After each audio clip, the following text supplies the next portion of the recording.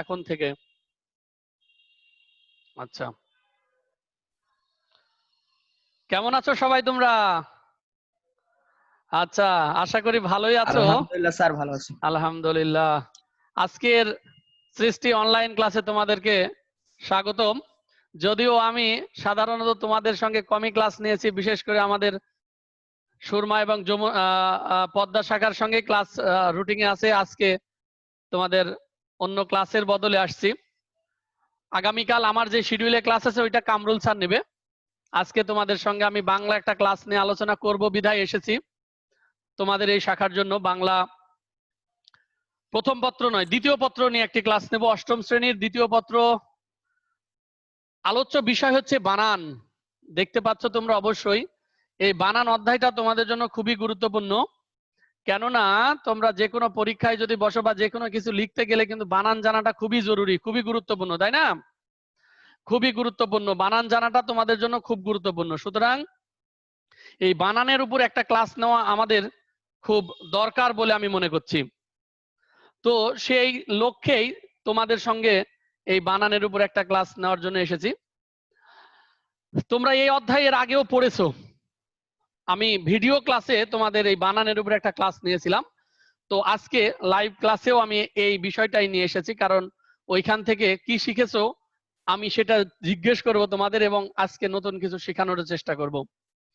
তো বানানের উপর এর আগে আমি ক্লাস নিয়েছিলাম যে ওকারের ব্যবহার, হ্রস্ব দীর্ঘ ঈকারের ব্যবহার, তারপরে বিসর্গ এর ব্যবহার। আজকে বানানের একটি অংশ নিয়ে আলোচনা করব, সেটি হচ্ছে বাংলা দ্বিতীয় ভাষায় যেটাকে বলা হয় নর্ত বিধান, অর্থাৎ দন্তানো ন বা মূর্ধন্য ন এর ব্যবহার, এর ব্যবহার। ঠিক আছে, আজকে আমরা শিখব ন এর ব্যবহার, অর্থাৎ বানানে কোথায় কোথায় মূর্ধন্য ন এবং কোথায় কোথায় দন্তান্ন ন ব্যবহার হবে সেইটা আজকে আমরা শিখব। এবং পরবর্তীতে যদি আরো সময় পাই তাহলে আমরা পরের অংশে চলে যাব। তবে আপাতত আমরা বলছি যে আজকে আমরা শিখব ন এর ব্যবহার, কোথায় কোথায় ন বসবে। তো তোমরা খাতা কলম রেডি রাখতে পারো, হাতের কাছে খাতা কলম রেডি রাখো। আমি যে বিষয়গুলো বলবো অত্যন্ত সহজ এবং সাবলীল ভাষায় তোমরা বইয়ে যদি খুঁজতে যাও তাহলে দেখবা যে একটু এলোমেলো পেকে যাবে। সুতরাং আমি যে কটা নিয়ম বলে দিব বা লিখে দিব এগুলো যদি তোমরা ফলো করতে পারো তাহলে এই অধ্যায় থেকে, অর্থাৎ ন এর ব্যবহার নিয়ে তোমাদের আর কোনো চিন্তা থাকবে না। ঠিক আছে? আচ্ছা, নয়ের ব্যবহারে আমরা তোমাদেরকে সাজিয়েছি। এক নম্বরের নিয়ম যদি আমি দিই তোমাদের, যে এক নম্বরে একটা নিয়ম, সেটা মনে রাখবা। সংক্ষেপে আমি সাজিয়ে গুছিয়ে দিচ্ছি। দেখো, এটা মনে রাখবা যে রি, র, মূর্ধন্য ষ, রেপ, র ফলা এবং রিকার, অর্থাৎ রিকার মানে এই যে এইটা দেখা যাচ্ছে, সবাই দেখতে পাচ্ছ? Yes sir. ওকে, আমার কথা কি ক্লিয়ার শুনতে পাচ্ছ তোমরা? यस স্যার, শুনতে পাচ্ছি। Yes sir. আচ্ছা, এই কয়টা ওয়ার্ড কি মুখস্থ রাখা যাবে? সব বর্ণ দেখো তো, রি, র, মূর্ধন্য ষ, রেপ, রফলা এবং রিকার। এই কয়টা জিনিস যদি কোনো শব্দের মধ্যে থাকে মনে রাখবা এই কয়টা বর্ণের পরে যেই নটা হবে সেই ন হবে মূর্ধন্য ন। বোঝা গেছে? যদি রি, র, মূর্ধন্য ষ, রেপ, রফলা, রিকার, আরো একটা আছে যুক্তক্ষ। যুক্তক্ষ তোমরা খাতায় লিখে রাখতে পারো। এই কয়টা বর্ণের পরে যে ন হবে সেই নটা হবে মূর্ধন্য ন, দন্ত ন তখন কিন্তু আর হবে না। বোঝা যাচ্ছে আমার কথা? তখন কিন্তু আর মূর্ধন্য ন হবে না। তাহলে আমরা উদাহরণ দিয়ে তোমাদের একটু বুঝিয়ে দিতে পারি। যেমন দেখো, ঋণ,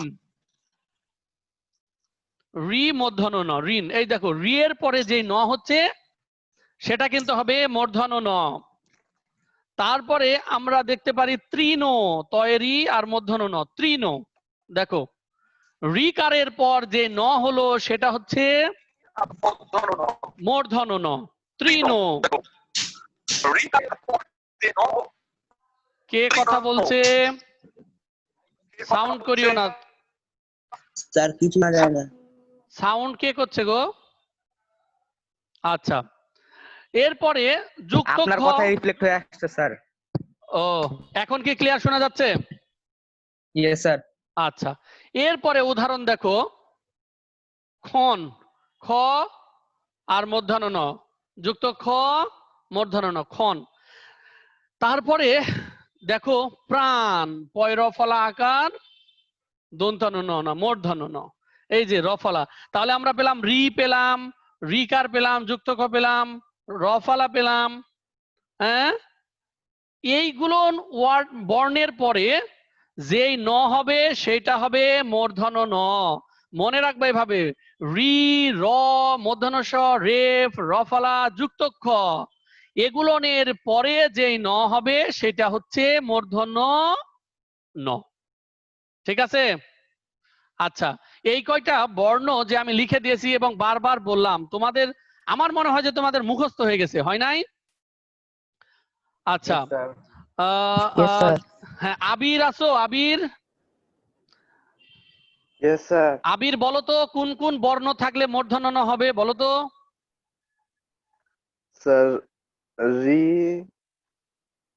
রি, র, হুম মূর্ধন্য স, হুম ন, রে, ওকে। রিকার, র। আচ্ছা, তারপরে তোমাকে আরো একটু পড়াশোনা করতে হবে, তুমি মনে হচ্ছে ঘুমিয়ে ঘুমিয়ে ক্লাস করছো, আরো অ্যাক্টিভ হও, অ্যাক্টিভ হও। আচ্ছা, ওকে, গুড। না তারপরে স্যার, তোমাকে নেট অসংখ্য ধন্যবাদ, প্রবলেম। অসংখ্য ধন্যবাদ, তুমি যে পেরে গেছো। রি, র, মূর্ধন্য স, রেপ, রফলা এবং যুক্ত খ, এরপরে যেই ন হবে সেটা হবে মূর্ধন্য ন। ওকে, ক্লিয়ার সবার? সবার clear? Yes sir. Okay, yes sir, yes sir. এরপরে আমরা 2 নম্বর একটা নিয়ম শিখবো। দেখো 2 নম্বর একটা নিয়ম, দ্বিতীয় নিয়মটা দেখি আমরা।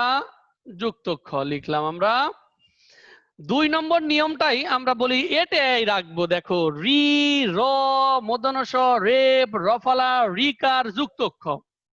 ঠিক আছে? আমি বললাম এগুলোর পরে সব সময় মূর্ধন্য ন হবে, কিন্তু একটা বানান আমি লিখছি, দেখো কয়ে রি, প আর মূর্ধন্য ন, কৃপণ। একটি বানান লিখেছি, দেখো কৃপণ। আমরা কি বলেছিলাম? রি এর পরেই মূর্ধন্য ন হবে, কিন্তু এটা তো প এর পরে। আমি কি বলেছিলাম যে প এর পরে মূর্ধন্য ন হবে? বলেছি কখনো?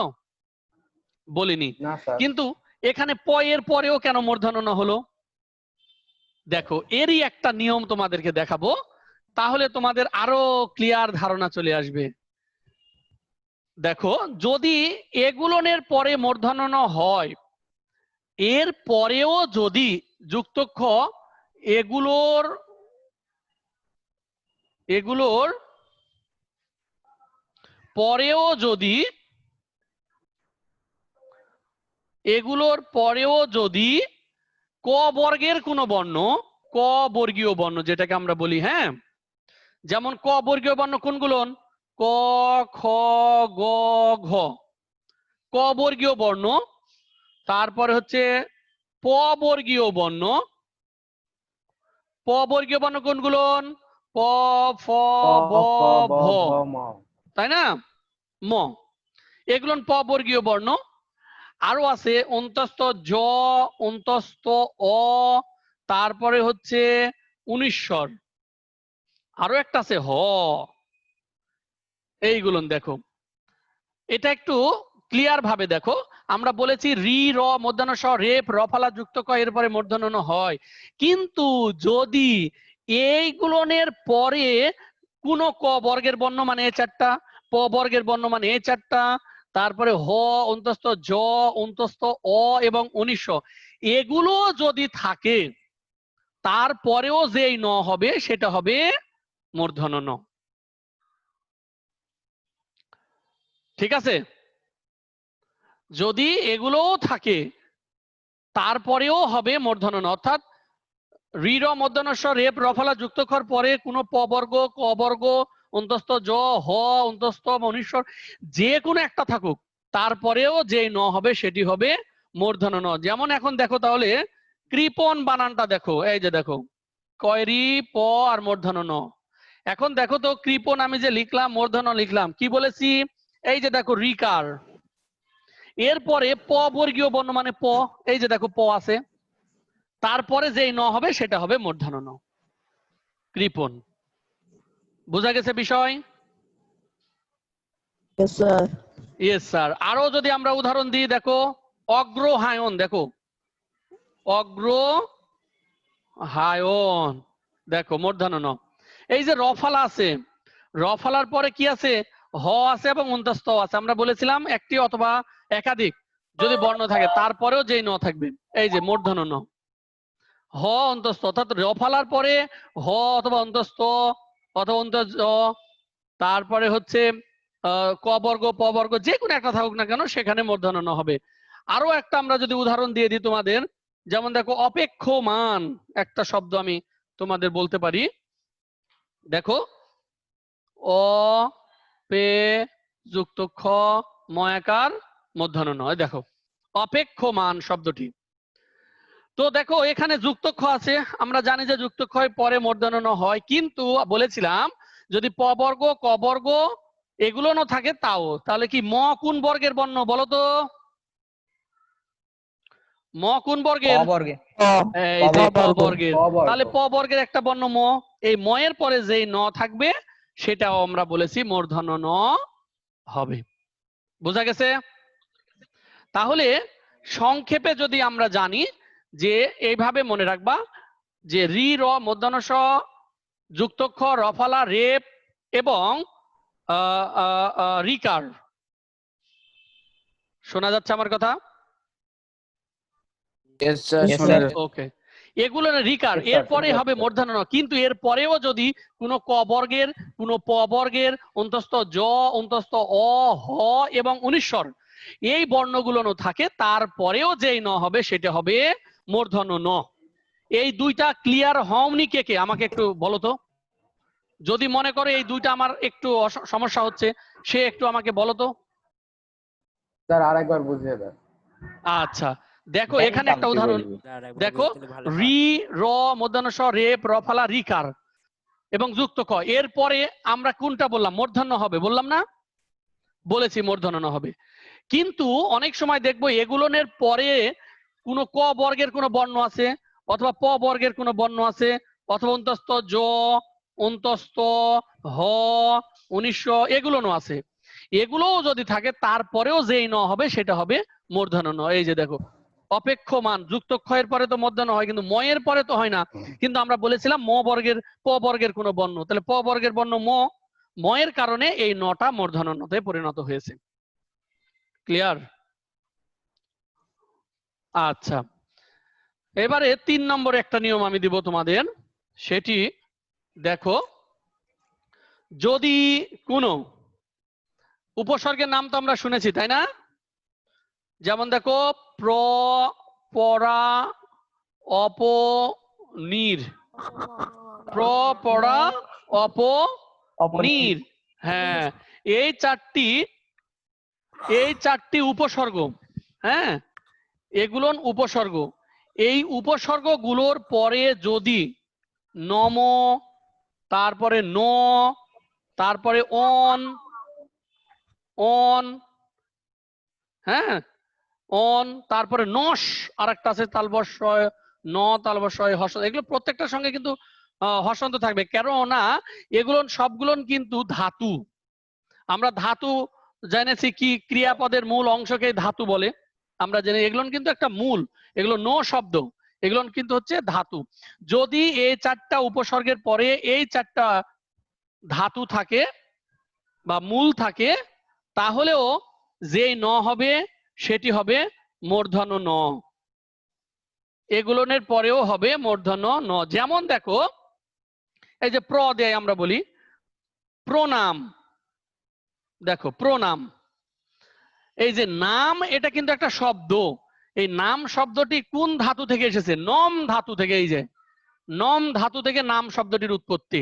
সুতরাং এই যে দেখো ন হয়ে গেল মূর্ধন্য ন, পয়ে রফালার, রফালার পরে তো মূর্ধন্য ন হয় আমরা জানি, তারপরেও এটা একটু অন্য নিয়ম, এটা পয় রফালা, এটা পয় রফালা হচ্ছে এটা একটা, দেখো এইটার পরে আমাদের উপসর্গ, এটার পরে আমাদের হচ্ছে যে ন থাকবে সেটা মূর্ধন্য ন।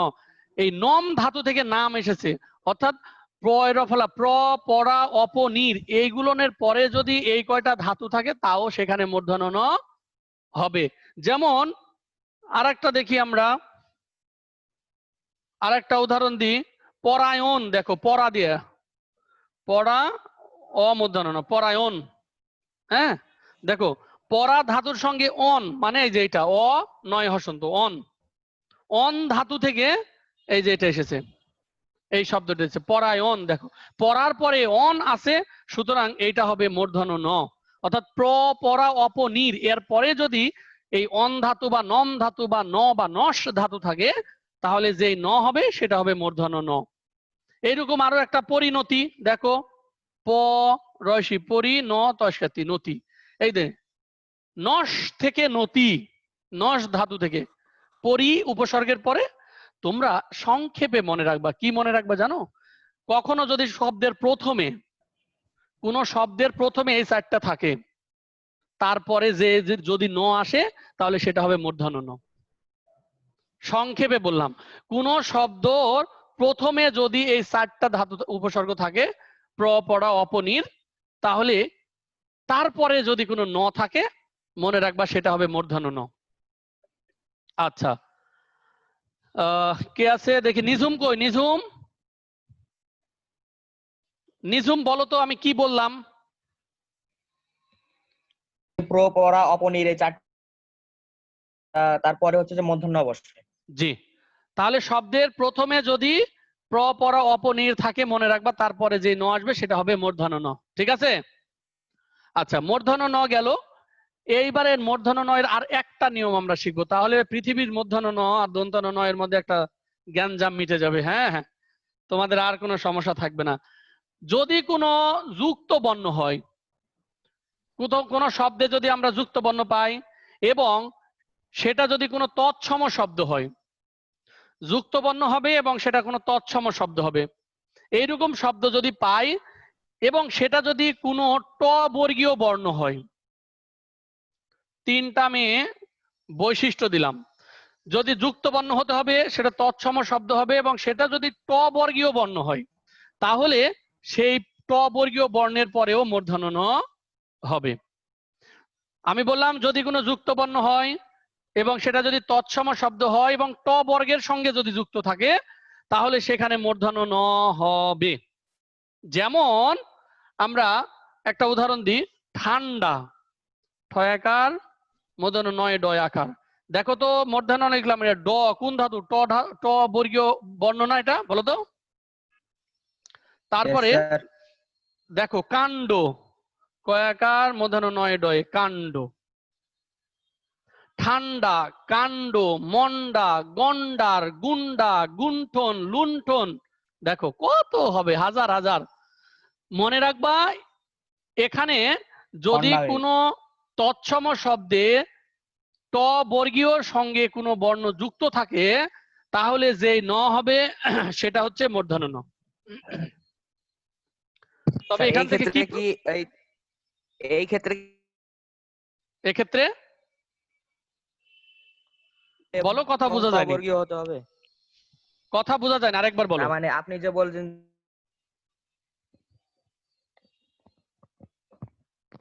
না, যুক্ত বর্ণ হতে হবে, তৎসম শব্দ হতে হবে এবং ট বর্গীয় বর্ণ হতে হবে, তাহলে জি জি মূর্ধন্য হবে। জি জি, গুড। যুক্ত বর্ণ হতে হবে, এটা কি একটা যুক্ত বর্ণ না বলো তো, এটা যুক্ত বর্ণ না? এখানে কি কি যুক্ত আছে, মূর্ধন্য নয় ডয়ে যুক্ত আছে, এটা একটা যুক্ত বর্ণ। বানানটা ঠিক করেন, বানানটা ঠিক করেন স্যার। ও সরি, এইবার হয়েছে তাই না? Yes sir. এটা একটা যুক্ত বর্ণ, এটা একটা তৎসম শব্দ এবং এটা ট বর্গের সঙ্গে যুক্ত আছে, সুতরাং এটা মূর্ধন্য ন হবে। ওকে, এখান থেকে একটা প্রশ্ন কিভাবে আসে জানো, বলে দেয় যে কোন ট বর্গীয় বর্ণের সঙ্গে বা কোন ট বর্গীয় তৎসম শব্দের সঙ্গে যদি কোনো বর্ণ যুক্ত হয় তখন সেখানে কোন ন ব্যবহার হবে, তখন সরাসরি উত্তর দিবা মূর্ধন্য ন ব্যবহার হবে। একটা গেল, কিন্তু একটা ব্যতিক্রম আছে, সেটা কি জানো, এই শব্দটা যদি তৎসম না হয়ে, এই যে তৎসম না হয়ে যদি সেটা কোনো বিদেশি শব্দ হয়, বিদেশি শব্দ, তাহলে সেখানে কিন্তু আর মধ্যাহ্ন হবে না, সেখানে দন্তান্ন হবে। যেমন আমরা লিখলাম যে ঠান্ডা লিখলাম, কিন্তু এটা তৎসম।